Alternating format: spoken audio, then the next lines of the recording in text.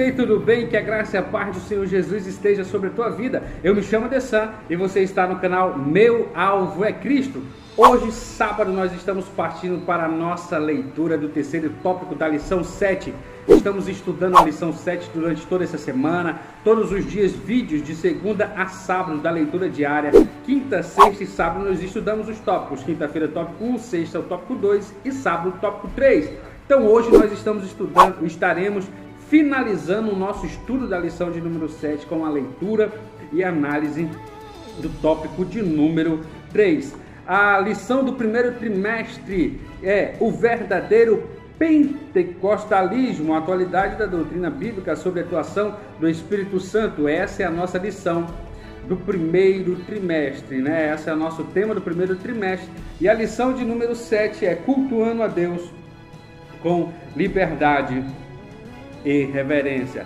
O nosso texto áureo está baseado no livro de João, capítulo de número 4, versículo de número 24, que diz assim: Deus é Espírito e importa que os que o adorem em Espírito e em verdade. João, capítulo de número 4, versículo de número 24. A nossa verdade prática é a seguinte: a adoração em Espírito diz respeito à posição espiritual do adorador. Isso quer dizer que o que vale diante de Deus é como adorar, não onde adorar. Fizemos a análise de todas as leituras bíblicas, a descrição no link você vai encontrar, na descrição desse vídeo você vai encontrar o link dos outros vídeos referentes à lição de número 7, tá bom? Das leituras diárias de segunda a sábado, das análises do tópico 1, tópico 2, e agora nós vamos para a análise do tópico 3. Antes de prosseguir, deixe o seu joinha, você que já é inscrito, deixe o seu joinha, tá bom? Você que ainda não é inscrito, vai embaixo, se inscreva no nosso canal, pega esse conteúdo, compartilha com o máximo de pessoas que você puder, que nós aprendemos muito. Essa lição de número 7 foi muito importante para nós. Beleza? Então vamos prosseguir com o estudo do tópico de número 3. Diz o seguinte: como se expressa a liturgia de nossas igrejas?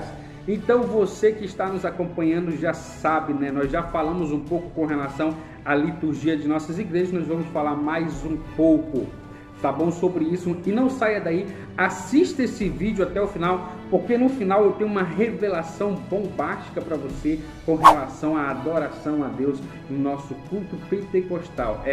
No final desse vídeo eu vou estar lendo para você a declaração de fé da Assembleia de Deus, tá bom? E vou fazer uma revelação que talvez você ainda não tenha entendido, ou talvez ninguém tenha falado para você com relação à adoração do culto pentecostal. Então vamos fazer a análise do nosso tópico 3, e no finalzinho do vídeo eu tenho algo especial para você entender o verdadeiro sentido do culto, tá bom? Então fique aí com a gente, vamos lá. Você quer saber o verdadeiro sentido do culto? Continua assistindo o vídeo e no finalzinho eu tenho um segredo para você, beleza? Então vamos lá. Como se expressa a liturgia de nossas igrejas? As reuniões de adoração em nossas igrejas são diversificadas. Temos cultos públicos, chamados por muitos como culto da família, de oração, de ensino ou doutrina, escola bíblica dominical, círculo de oração, além de atividades com crianças, adolescentes e jovens. Então esse tópico a gente deve falar bem menos, né? Porque todo ele a gente já comentou um pouco sobre ele nos vídeos passados. Então, como você pode observar, você aí, nosso amigo pentecostal, você que já é da igreja pentecostal, já está acostumado com o que a gente chama de liturgia. Você que chegou no vídeo agora quer aprender um pouco sobre a nossa religião, como é que a gente prossegue. Bom, os nossos cultos, eles têm uma liturgia que são seguida, certo? E todos os cultos, eles não são o mesmo tema, por assim dizer. Por exemplo, no culto de domingo, geralmente as igrejas denominam como o culto da família ou o culto público. Por que o culto da família e por que é o culto público? Porque é um culto mais de celebração, é um culto mais de louvor, é um culto mais de adoração. Existe uma diferença do culto de doutrina, do culto de ensino da palavra, que aí dependendo da igreja na segunda, na terça-feira, depende aí da liderança de cada pastor. onde a ênfase do culto de doutrina é mais a oração e o estudo da palavra.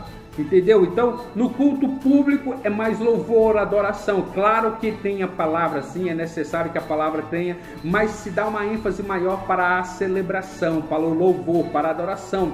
No culto de doutrina, a ênfase é para a oração e para a pregação da palavra. No culto de libertação, no culto de libertação e curas, a ênfase é para a manifestação sobrenatural do poder de Deus com curas, com libertação. Tem oração pelos enfermos, oração pelos endemoniados, oração para que Deus possa abrir a porta de emprego.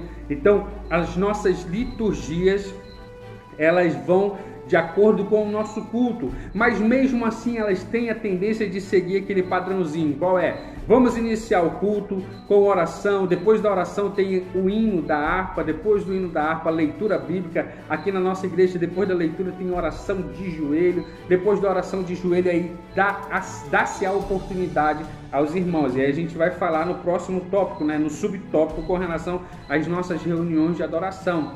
Não existe um preconceito, todos os membros têm a sua liberdade de cultuar a Deus e de dar o seu testemunho. Todos os membros, não precisa ser só pastor, só evangelista, só presbítero, não precisa só ser apenas consagrado, aquela galerinha que senta lá no púlpito, não. Se o irmão tiver um testemunho, ele tem liberdade de dar. Se o irmão quiser uma oportunidade para dar uma palavra, ele tem liberdade. Se o irmão quiser uma oportunidade para louvar o nome do Senhor Jesus lá na frente, lá no púlpito, ele tem liberdade. Então, nós do culto pentecostal, nós da igreja pentecostal, nós temos essa liberdade quanto irmãos de poder adorar a Deus de forma coletiva e adorar a Deus aí de forma individual e expressar a nossa alegria nessa adoração, tá bom? Então vamos lá para o subtópico do tópico 3. Diz o seguinte: nossas reuniões de adoração. A nossa liturgia é simples e permite que quaisquer irmãos e irmãs adorem a Deus com liberdade. A nenhum deles é negado o púlpito. Todos têm a oportunidade de falar à igreja o que Jesus fez na sua vida. São os testemunhos sobre salvação, cura, libertação e outras bênçãos. A maioria baseia a sua fé nos relatos bíblicos e são os milagres registrados na Bíblia que inspiram e levam os irmãos a receberem a bênção. Foi dessa maneira que crescemos e nos tornamos a maior denominação evangélica do país. O Deus que nos trouxe até aqui, Ele mesmo nos conduzirá pelo seu Espírito até a vinda de Jesus. Essa adoração a Deus é em espírito e em verdade. Bom, como eu já falei, é dado a liberdade para os irmãos, para os membros da igreja, participar do culto e ter a sua oportunidade lá no púlpito.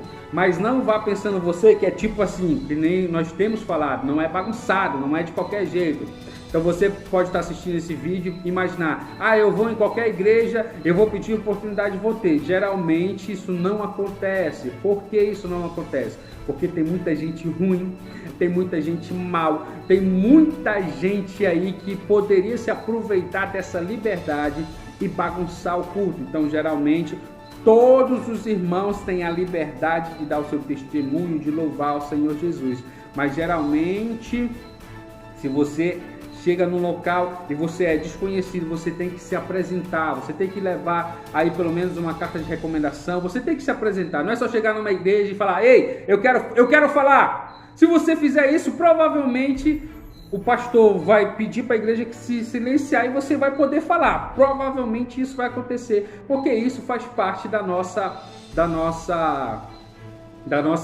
liturgia, né? Como está dizendo aqui, é dada essa liberdade. Então você pode chegar numa igreja e falar, ei, eu quero falar, eu quero oportunidade para falar. Provavelmente você vai ter, mas isso não significa que você tem liberdade ou que você pode falar qualquer coisa. Garanto para você que se você começar a falar muita besteira, começar a xingar os outros, o negócio não vai, o tempo fecha. Bom, eu não sei como é que é nas outras igrejas, mas na minha fecha.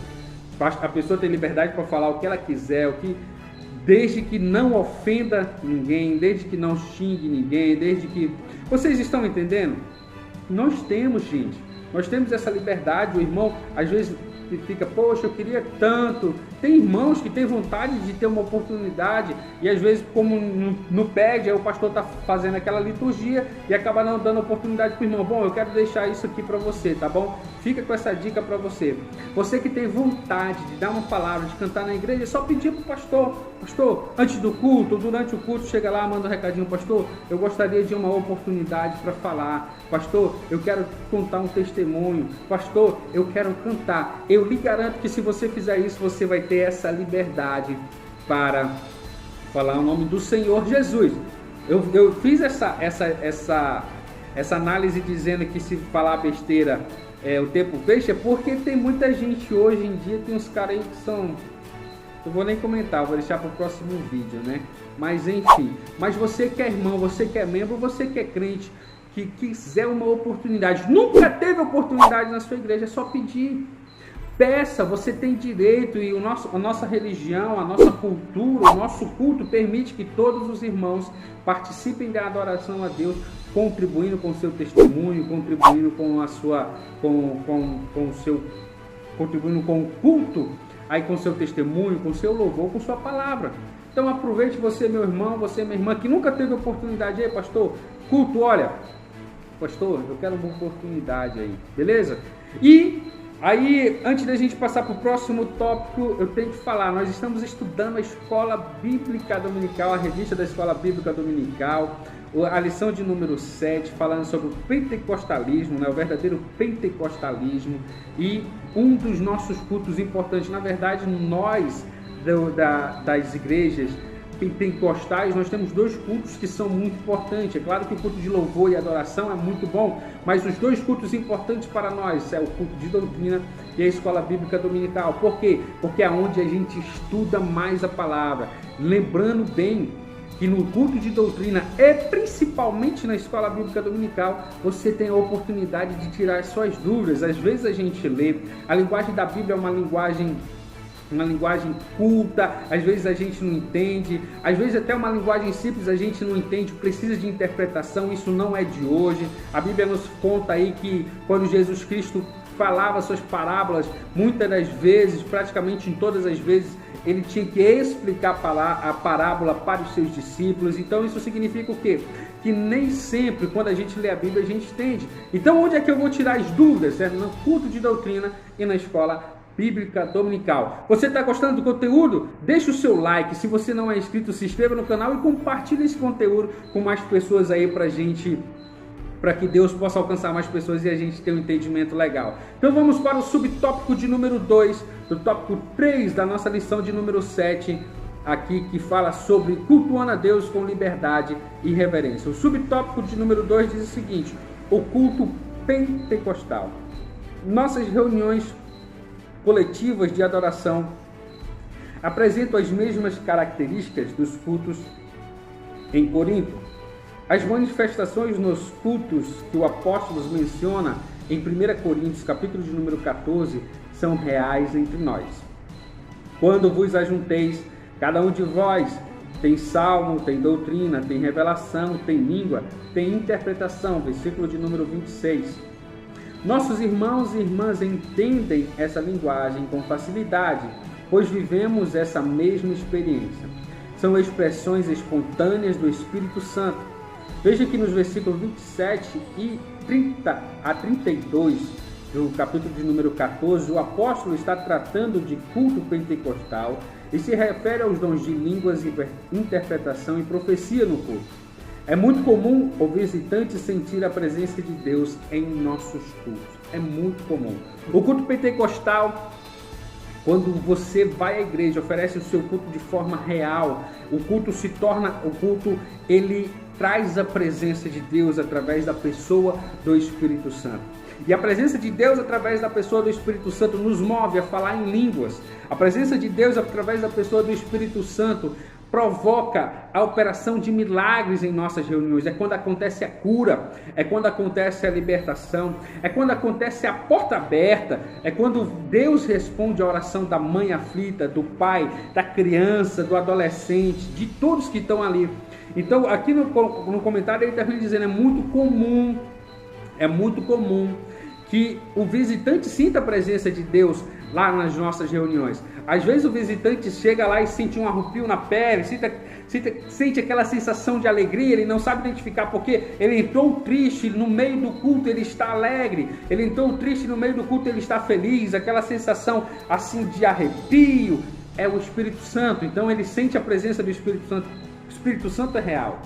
O Espírito Santo ele é real. Então quando o Espírito Santo está no ambiente, todos que estão nesse ambiente vão sentir a presença dele, certo? Mas aí o nosso culto, o culto pentecostal, é um culto dinâmico, com adoração, com louvor, com a leitura da palavra, com a manifestação do Espírito Santo. E mais uma vez nós devemos tomar cuidado, é muito importante bater nessa tecla. Quando houver a manifestação do Espírito Santo, se houver o falar em línguas, fale em línguas, mas não precisa haver aquele exagero. Tem irmãos aí que exageram, né? E nós temos um vídeo falando sobre isso, é só tu dar uma olhada na descrição desse vídeo, vai estar o link dos outros. Nós estamos falando, usam a desculpa, o Espírito Santo tomou conta de mim e eu não consegui me controlar. Não, nós aprendemos que o Espírito é sujeito ao profeta e que nós devemos, durante o culto, agir com maturidade, que nós devemos durante o culto agir com maturidade de um homem e de uma mulher adulta, não com a maturidade de uma criança. Por que isso, Dessan? Porque às vezes tem o nosso irmão, a nossa irmã que não compartilha da nossa fé, a pessoa que nós convidamos para aceitar Jesus e até mesmo novos convertidos que estão vivendo uma nova experiência, que não entendem e podem pensar, pô, essa galera tá louca. Paulo fala sobre isso na carta que ele escreve aos Coríntios, capítulo de número 14. Se houver o falar em línguas, que haja interpretação. Se não houver interpretação, então fale em línguas para você, porque o falar em línguas edifica a pessoa. E que a interpretação através do profeta, que haja profecia, e a profecia é bom porque a profecia edifica a igreja. E através da profecia ou da palavra profética, aquela pessoa que não aceitou Jesus, o novo convertido aprende mais, e aquela pessoa que foi convidada por você para ir para a igreja, ela aceita Jesus Cristo e reconhece Jesus como seu único e suficiente Salvador. Lembrando que nós não estamos aqui para medir o que é mais importante e o que é menos importante, nós estamos aqui para que você entenda. Há algumas vezes nas reuniões em que Deus toma uma pessoa e quer entregar uma palavra profética para a igreja. E quando essa pessoa começa a falar, o restante dos irmãos começa a dar glória a Deus, aleluia, bem alto. E acaba que a maioria dos irmãos não consegue entender a palavra profética de Deus. Paulo fala na carta aos Coríntios, quando um de vós se levantar em profecia, que os outros se calem, para que todos possam ter entendimento da palavra profética. Vocês estão entendendo?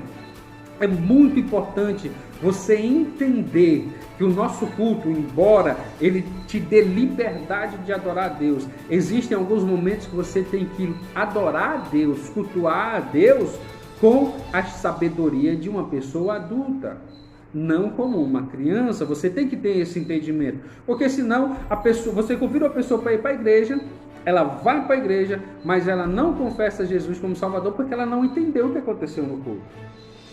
É importante o movimento, a presença do Espírito Santo de Deus mas a sua atitude também é importante para que aquela pessoa não apenas sinta, ela vai sentir a presença do Espírito Santo, mas ela possa receber uma palavra profética, uma palavra da parte do Senhor, e por conta dessa palavra profética, ela confessar que Jesus Cristo é o único e suficiente Salvador, e aí ela chegar e aceitar Jesus.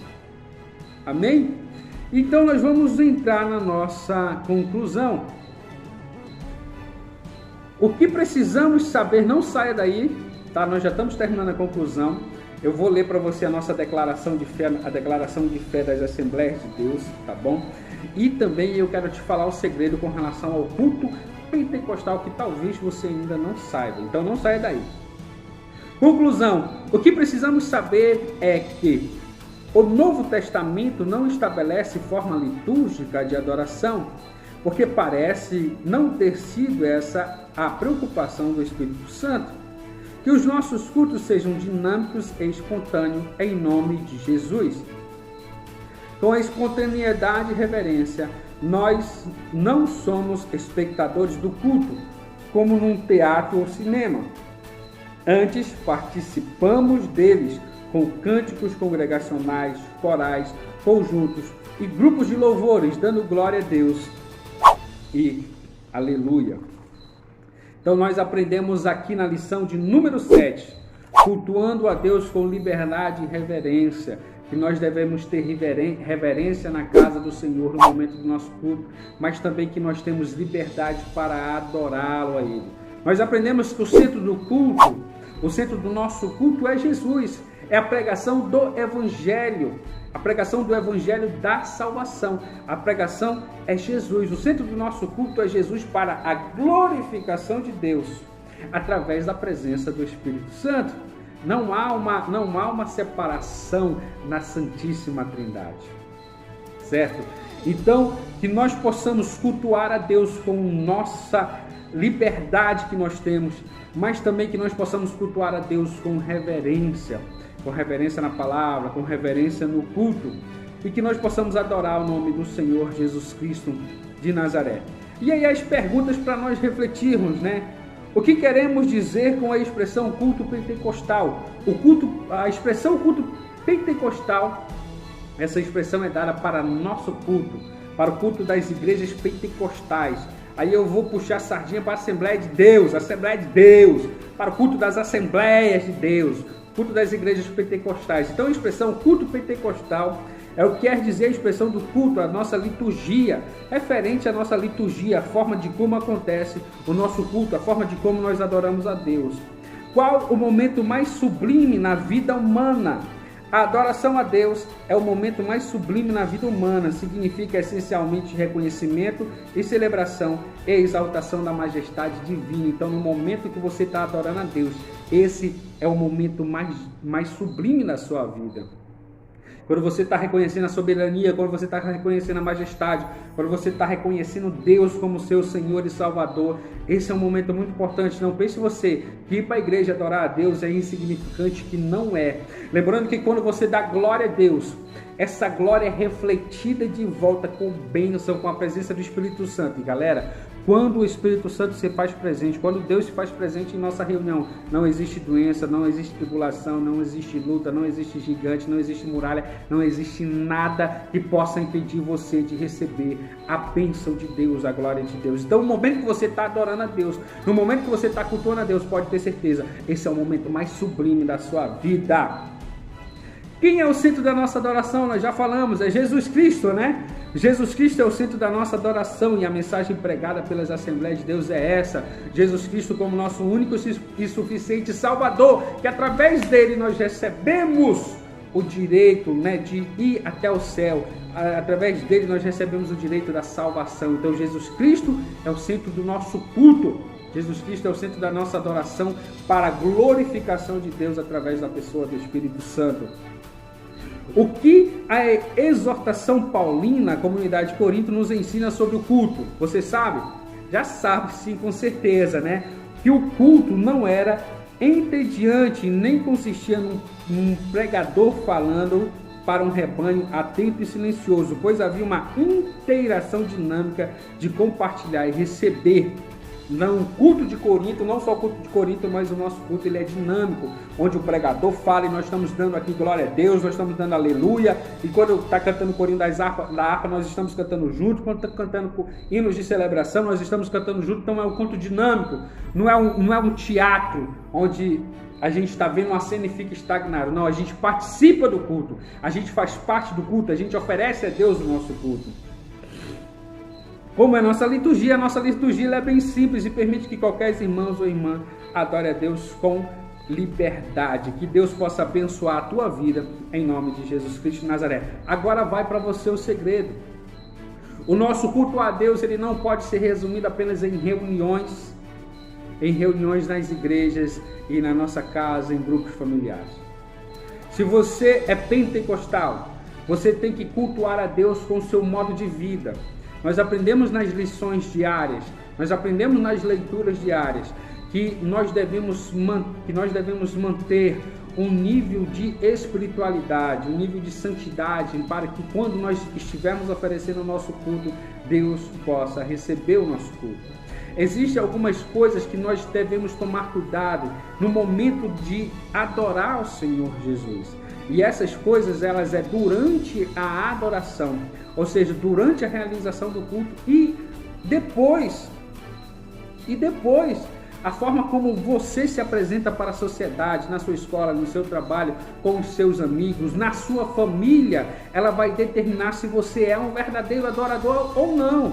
O nosso versículo-chave está lá em João 4:24. Deus é Espírito, e importa que os que o adoram, adorem em Espírito e em verdade. Mas isso não se resume apenas no culto. A forma que você trata as pessoas, a forma que você trata o seu esposo, a forma que você trata a sua esposa, a forma que você trata os seus filhos, como você é no trabalho, como você é na escola, como você é com os seus vizinhos, vai determinar se você é ou não um verdadeiro adorador. Então, adorar a Deus não se resume apenas em reuniões litúrgicas e nos cultos. Não, adorar a Deus é a sua forma. Você adora a Deus com a sua forma de agir também. Então vamos ler a nossa declaração, tá bom? A declaração de fé da Assembleia de Deus.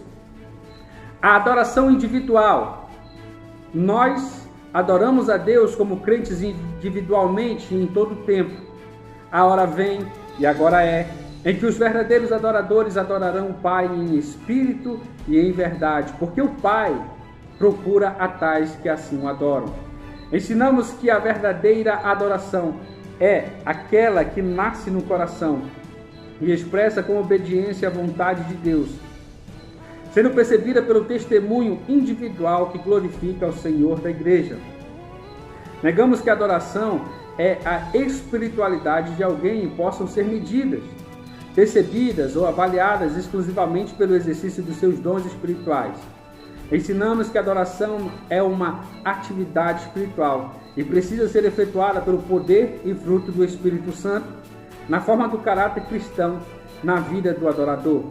Rejeitamos a hipocrisia e toda a aparência de piedade na vida do adorador. Na adoração individual, buscamos a santificação pessoal, servindo a Deus de modo agradável, com reverência e santo temor. Então a nossa adoração, ela não é baseada apenas na manifestação dos dons espirituais. Não é só falar em línguas, não é só através da oração da cura, não. A adoração a Deus, ela é, sim, individual, ela é coletiva, mas principalmente individual. Então, na próxima vez que você for no culto, não diga, esse culto está chato, a pregação não foi boa, o louvor não foi legal. Não, o problema não está nem na pregação, nem no louvor. O problema está na forma que você está oferecendo a Deus o seu culto.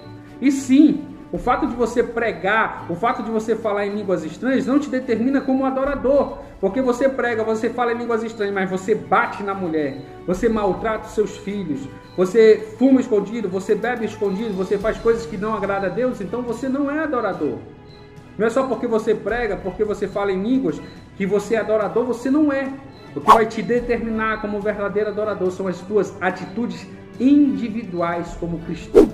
Fique na paz do Senhor Jesus, essa é a nossa leitura, né? Nós já concluímos o nosso estudo da lição de número 7. Meu nome é Dessan, você está no canal Meu Alvo é Cristo e segunda-feira nós vamos partir já para a leitura diária da lição de número 8. Fique na paz do Senhor Jesus.